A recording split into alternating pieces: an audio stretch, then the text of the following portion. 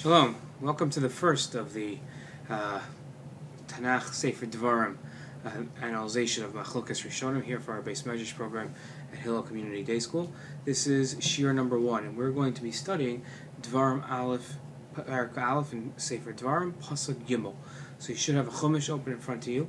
You should have your Chumash with a parish of the Ramban and of the Sforno. We're going to be looking at the Ramban's parish. It's really not going to be his parish on Pasuk Gimel, but rather his introduction to Sefer Devarim and the Sforno's interpretation of Pasuk Gimel. Let's just look at the simple pshat, the simple understanding of Pasuk Gimel. The Pasuk reads as follows: Vahi bar b'mshana b'shtei asar chodesh b'echad lachodesh diber Moshe al b'nei Yisrael k'chol asher tziva Hashem also alehem.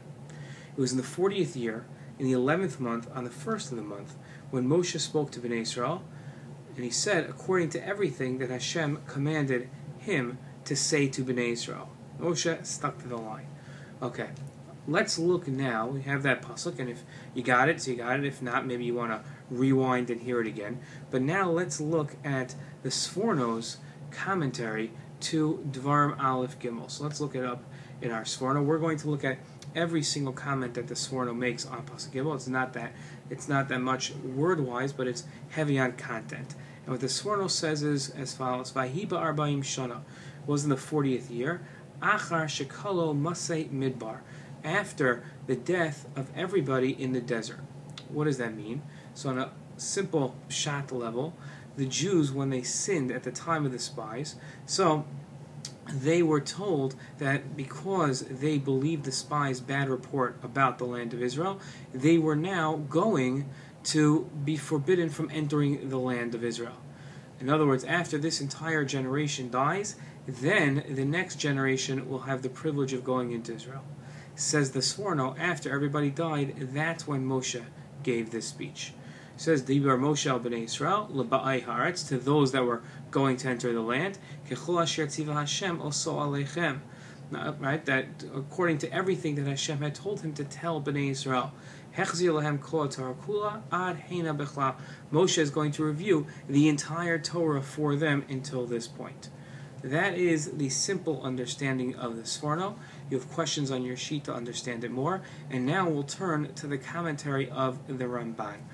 We're going to look at the Ramban's introduction to Sefer Devarim, and although we're really only going to concentrate on the very end comments, we're going to read through them because I don't really think it's okay just to skip around till we get to the part that we like.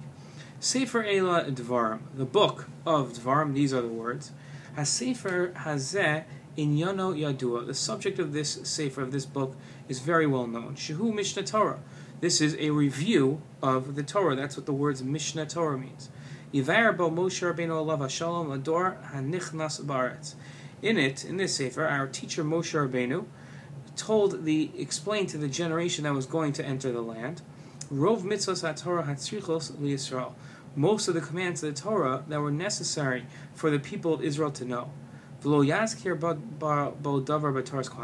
doesn't review the laws of the Kohanim, nor what happens when we give the Korbanos, nor about all the laws of Tahara for the Kohanim and what has to be done in order to make sure a Kohen stays and becomes Tahor. Because Moshe Rabbeinu already explained them in Sefer Vayikra, and Kohanim are generally people who care a lot and do what's required of them, and they don't need repetition.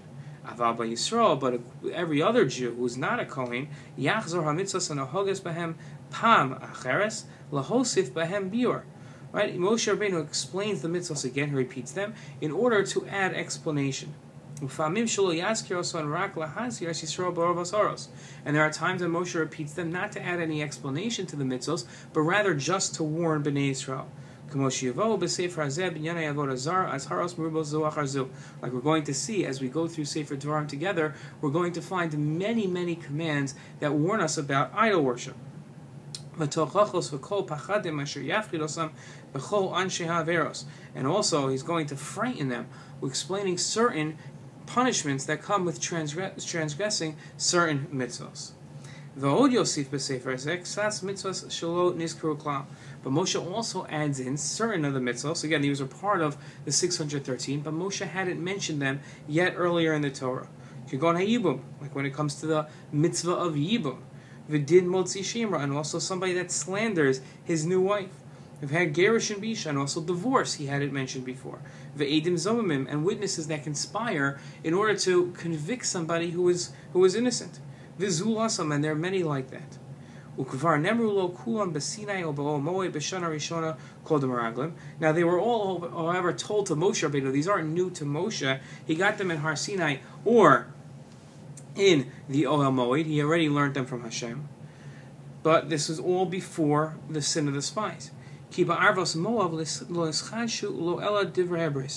here in the plains of Moab, on the east bank of the Jordan River, before they cross over the Jordan to go into Eretz Yisrael proper, there was nothing new that was said here, except for this new covenant that Moshe is going to seal with this new generation. And we'll explain it when we get to that bris, says the Ramban. Now, the Ramban says, don't, right? It doesn't say in this Sefer, you're not going to see Hashem telling Moshe, tell Bnei Israel to do this, because none of this stuff was new. Oh, daber al Bnei Yisrael v'amart lahem mitzvos plonis, or speak to the children of Israel and say to them this command and that command. Now here's the part that we need to know for our sheets.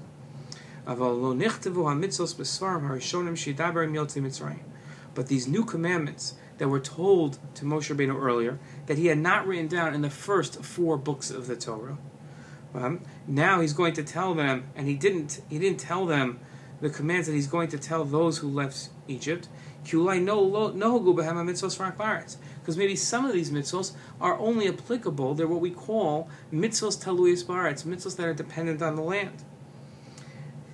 He says, even though a person has to do them, right? They're obligatory on every person. Like we see when it comes when it comes to, right, when we pour wine on the mizbeach. Or maybe because these laws aren't that common. Moshe only tells them to the generation that's going into Eretz Yisrael.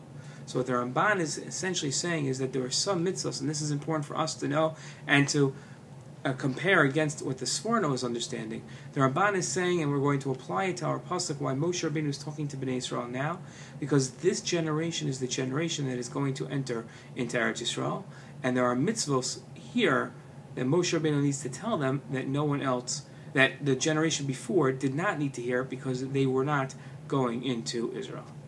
Okay, go look at your sheet, compare the commentary of the Sforno and the Ramban, use that wonderful, wonderful brain that God gave you to analyze the two opinions, compare them based on the questions that we asked on the sheet that's linked to this video, and can't wait to hear what you come up with.